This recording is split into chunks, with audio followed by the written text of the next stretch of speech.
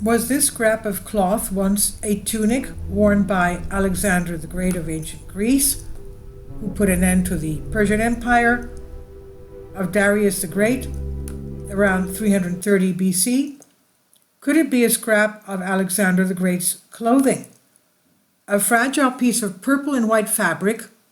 Let's remember that this is a type of purple and white fringe at the bottom that the Persian Empire emperors used to use, and Alexander the Great used to wear it later on before his passing. A fragile piece of purple and white fabric frayed over more than 2 millennium that was found in one of the series of tombs in northern Greece decades ago is at the center of a new claim ruffling feathers in the country's archaeological community. The debate erupted this month after Antonis Bartsiokas, paleoanthropologist at Democritus University of Thrace of northern Greece, published a paper arguing that one of the tombs, believed to up to now to house the remains of the treasures of Alexander's father Philip, actually held items belonging to Alexander the Great himself and his half-brother. That includes a purple tunic or chiton, chitona. The claim challenges the work of one of Greece's most renowned archaeologists, Manolis Andronikos, who led the discovery of the tomb in 1977. Mr. Andronikos, who died in 1992, had asserted that the tomb and artifacts belonged to the father of Alexander the Great, Philip II of Macedonia, whose military victories united ancient Greece and laid the foundation for his son's conquest from Egypt to India.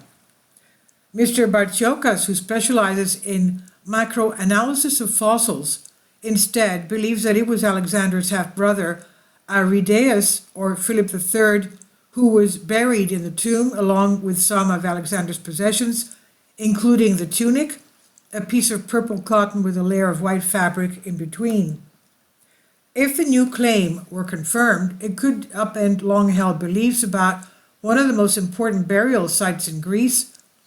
Some Greek archaeologists say, however, that the claim is without substance. Mr. Bartsiokas said he used new technology and his interpretation of ancient frieze found in the tomb to make his case. He also said that the golden scepter and diadem found in the tomb belongs to Philip III, who wore it after his half-brother's death, that is Alexander. Alexander's remains have never been found, and that centuries-old search makes finding objects linked to him even more significant. I did recently post a video concerning the fact that the tomb in St. Mark's in Italy may be Alexander the Great's. But going back to this, he also said that the golden scepter and diadem found in the tomb belonged to Philip III. At the center of the argument, there are a type of color and fabric, purple cotton, preciously rare in Greece in the 4th century BC, when Alexander lived, but it was beloved by wealthy Persian royals, whom Alexander subdued when he conquered Persia. Layers of white dyed with another ore favored by the Persian elite is further proof, the paper argued. Mr. Bartsiokas also pointed to a frieze painted on the walls of the tomb that depicts a hunting scene of the Macedonian elite, which he believes features Alexander at the center wearing what appears to be a purple tunic. The royal tombs discovered in 1977 outside the town of Regina are part of an ancient city complex that was once the capital of one of antiquity's most expansionist kingdoms, Macedonia.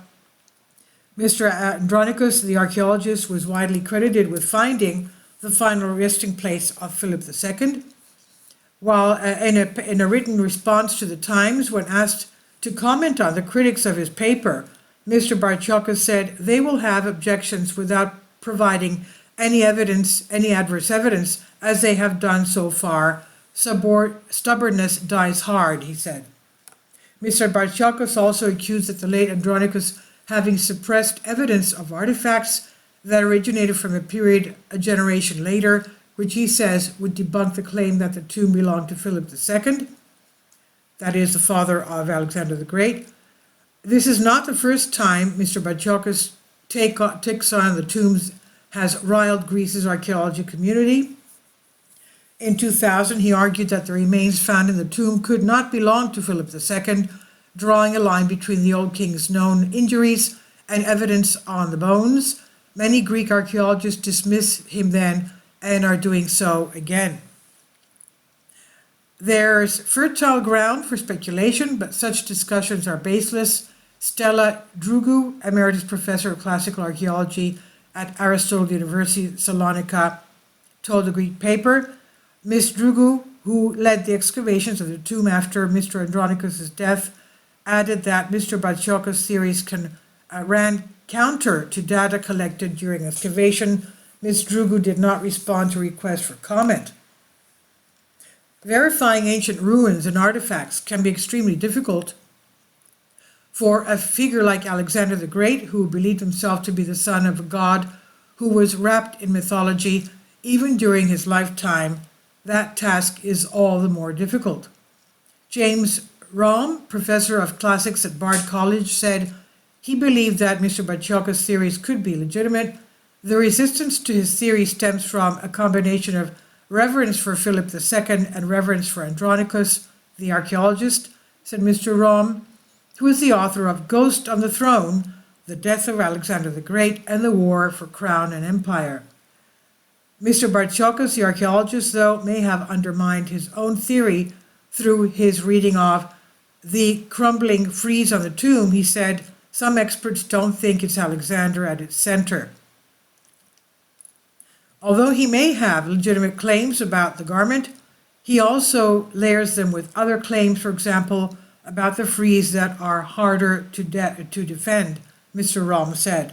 This is from the New York Times on DNYUZ. Let's remember that in the Old Testament, in the book of Daniel, we have prophecies concerning Alexander the Great given to the prophet Daniel by the archangel Gabriel. And you can find that in the book of Daniel. And the archangel Gabriel clearly said he would be a young ruler from the northern Greece. He would only rule for 10 years and he would die young, and that the heirs to his empire would not be his own biological children. And that's exactly what happened. Please leave your comments and thank you for your support. Please support my Patreon account. The daily posts are 5 videos daily, and they are totally different from what I have on my YouTube channel. Thank you so much for your support and that you find all my content so interesting. You'll find the Patreon account details in the description box below.